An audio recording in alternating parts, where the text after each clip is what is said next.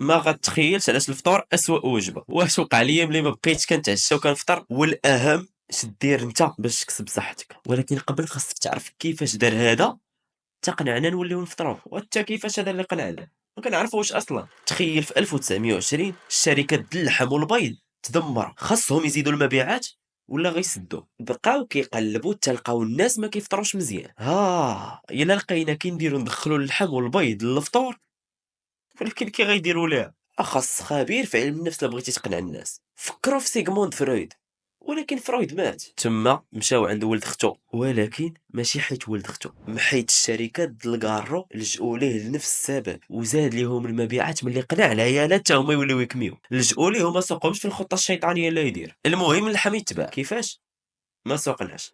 المهم يتباع، ولكن الشيطان فكر باش يفطروا الناس باللحم خاصنا نقنعوهم بعدا باللي الفطور مهم. تما تلقى اكبر حمله اللي خلص فيها اكثر من 5000 طبيب يتفقوا على جمله واحده: الفطور اهم وجبه، خاص يكون فيها البروتين. وقيله بلا ما نكمل المبيعات ضربوا في السقف. ولكن علاش الفطور اسوأ وجبه؟ ماشي ما مزيانش لصحتك، كيخرب لك عقلك. المهمه الرئيسيه ديال عقلك شنو هي؟ يجيب الدوبامين بأي طريقة. الدوبامين كيتفرز بعدة أشكال: ماركيتي بيت في البلاي، درتي الفلوس، وتا بالماكلة. الإنسان القديم تيفيق يخدم ولا يصيد عاد يفطر، عقلو تبرمج أن الخدمة هي الأولى، عاد المكافأة. انت حياتك كاملة كتفيق كتلقاه واجد. تخيل كل صباح كتفطر عقلك كيقول هاد الشيء.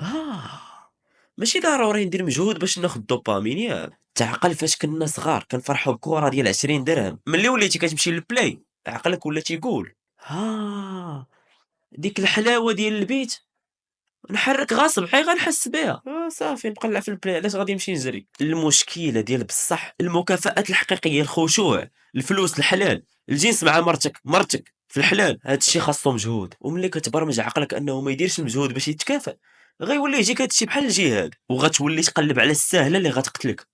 غتولي بحال هكا: بغيت نتزوج ولكن العرس والصداق انت صاحبو حسن، ولكن خاصنا ندويو معاها وانت عارفو. عرفتي شنو؟ خلينا في داك السيت حسن. ماشي الفطور بوحدو اللي كيدير هاد الشيء، ولكن هو اول حاجه.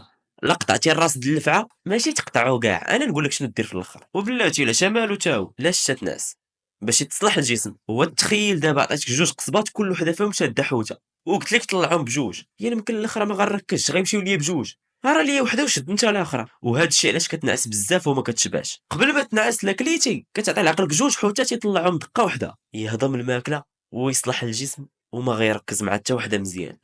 دابا الرسول وصلنا ناكلو شويه باش نعسو شويه ويتصلح الجسم دغيا ونوضوا للفجر نصلي ونصحى. الشيء المعلم علاش كنقول لك بقى تقرا بقى تعلم. ولكن راه ملي حيت العشاء والفطور راه ماشي غير هادشي اللي وقع ليا، وليت كنبقى ناشط النهار كامل واخا نعسى شويه، ومحيت الخلايا كيتصلحوا مزيان، وليت مركز كثر. وشو دابا نعست 6 السوايع، دابا 6 العشيه وباقي عندي الطاقه والجهد. وكما قلنا تيركز يصلح الجسم، العضلات بداو يكبروا، الدهون دغيا كيتحرقوا. ولكن الصدمه في الفطور شنو طرا ملي وليت كنعطلو؟ تخيل كنتي استاذ وقلتي للتلاميذ اللي حل هاد العمليه نعطيه 1000 درهم، وعارفين كتعطيه كلهم غيوليو خدامين ومركزين مزيان باش يديو ديك 1000 درهم يتكافئوا. وبحال هكا ولا عقلي فهم انه كلما كان المجهود كبر غتكون المكافأة أكبر. ولا كيعاوني نخدم، وليت موتيفي أغلبية الوقت ومركز. هادشي ديالي. ولكن أنت اش دير؟ حدنا الصباح والليل. في الصباح غتجيك صعيبة، ولكن 3 أيام غتولي تجيك ساهلة. ملي تفيق قبل ما تكافئ راسك بالفطور